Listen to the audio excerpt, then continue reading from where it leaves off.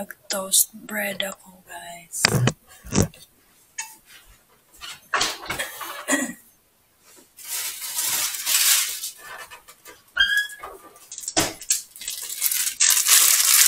Pang na ako dito, pang 7 days na.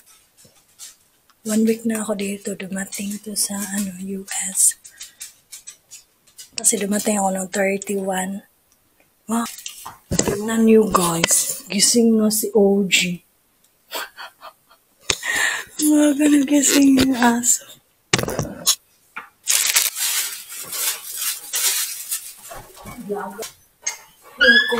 Lagyan ko na fresh.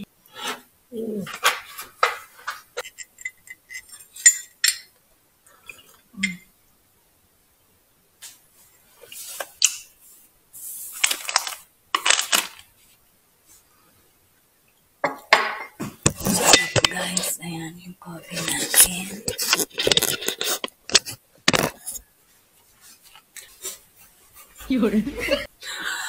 Nakakatuwa to si OG na. Hi OG, mag-hi ka sa vlog ko. Hi. Hi to vloggers.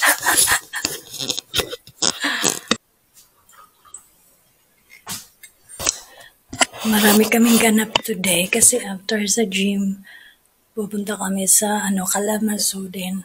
Pupunta kami sa friend niya. Yung close friend niya. So, ayan, busy konti. Busy today.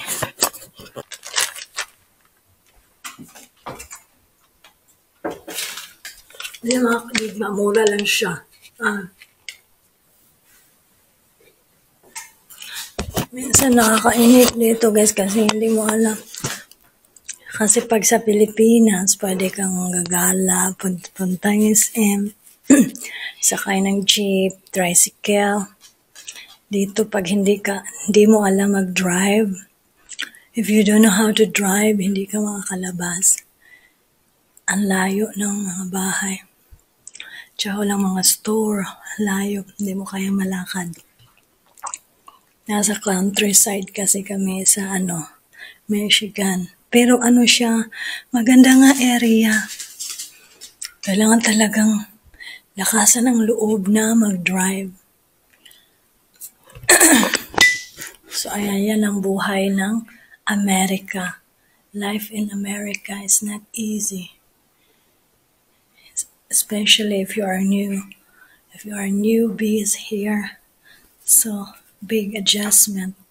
The culture, the food, family, everything.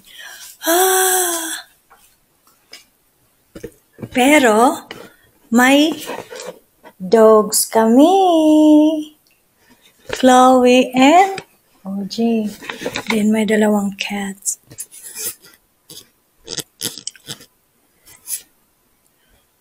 Ayan. And then, not only the culture, the language also. Because always speaking English. Speaking dollar. So, ayan, na-train tayo na magsalita ng Tagalog, Bisaya. Now, wala na. English paka. OG, English paka na yung yung language. OG, na, hi sa lahat. Hi sa lahat.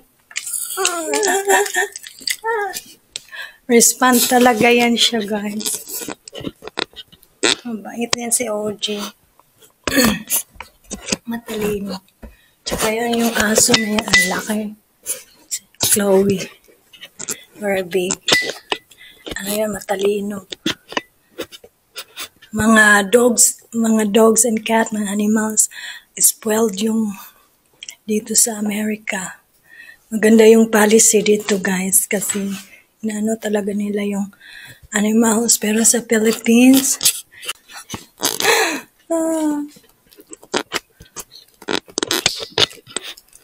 hindi na nakatulog na sa ako, guys. May ingay ko. Iwan ko, magising talaga ako ng alas 4. Kasi nag-adjust pa kasi ako sa time.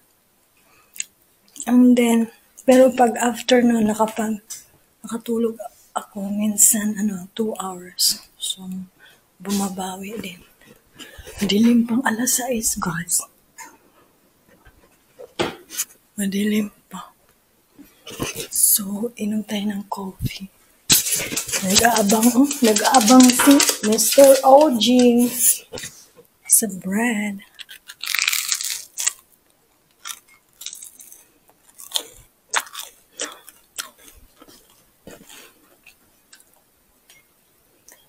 OG.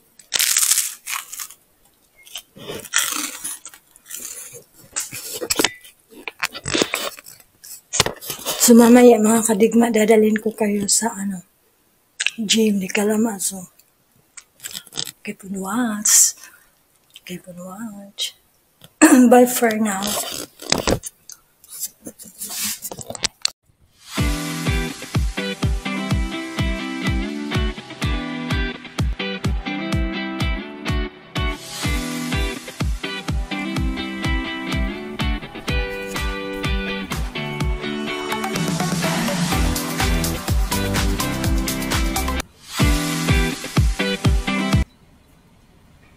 We're gonna go out, so we're gonna go to the store, buy some food, guys, and then there's a lot things to do, so I always go with my husband. Pretty soon I can get a driver license so that I can start learning how to drive. Here in US it's difficult to there's a lot of policies you need to follow, so I'm a little nerve-wracking that. But palakasan lang ng loob dito hanggat kaya mo, hanggat malalaman mo kung kaya mo mag-drive. So ayan guys, ito po yung mga houses here in US. A little far because we live in countryside and the property is huge, and then that's the neighbor for ours. But if you live a little property is a little cost.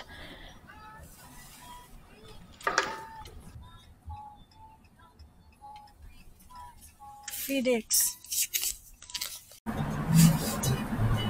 Gonna go to Bev Evans for breakfast, my love.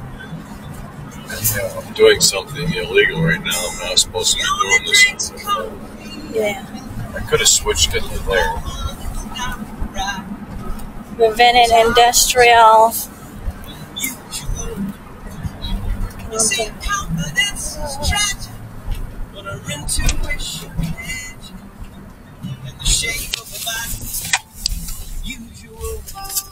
The fresh, my love. In the summertime, all the farmers take the fresh fruits there. It's the best place to get that kind of stuff.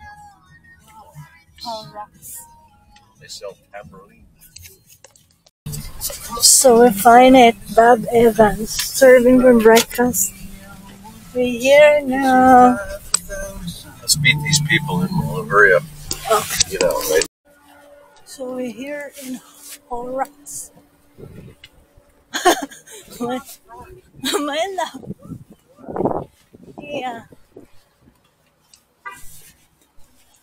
It's pretty simple. Just look at it. See, the front is shorter. Yeah. This is a serving in American breakfast. As you can see, guys. Oh my God. They're chasing the birds away in the rice fields.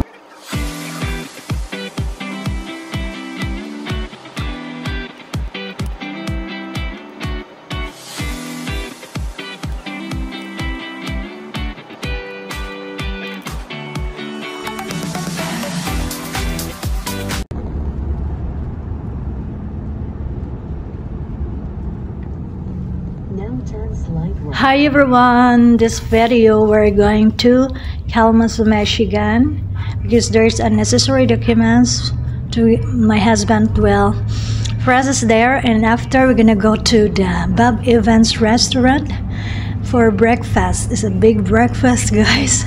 Oh my God. And then after we're going back home when I just arrived here, ang dami naming ginawa, ang dami naming stop na pinaprocess for my driver license para makapag-start na akong mag-drive. But before that, I need to get my SS number. So, hindi pa nila ma-process kasi wala pa yung green card ko. I-verify pa nila kung talagang legit daw. So, ayan, for sure legit kasi nandito na ako. And then, I'm IR1, spousal visa. Ayan. But I know and I heard some, they need to wait for green card before I can start to get a driver license para makapag-drive na ako. Para makapag-start ng learning how to drive. Kasi ang hirap talaga dito, guys. Oh my God. Lalong-lalo na malaki yung truck na ida-drive ko. Yung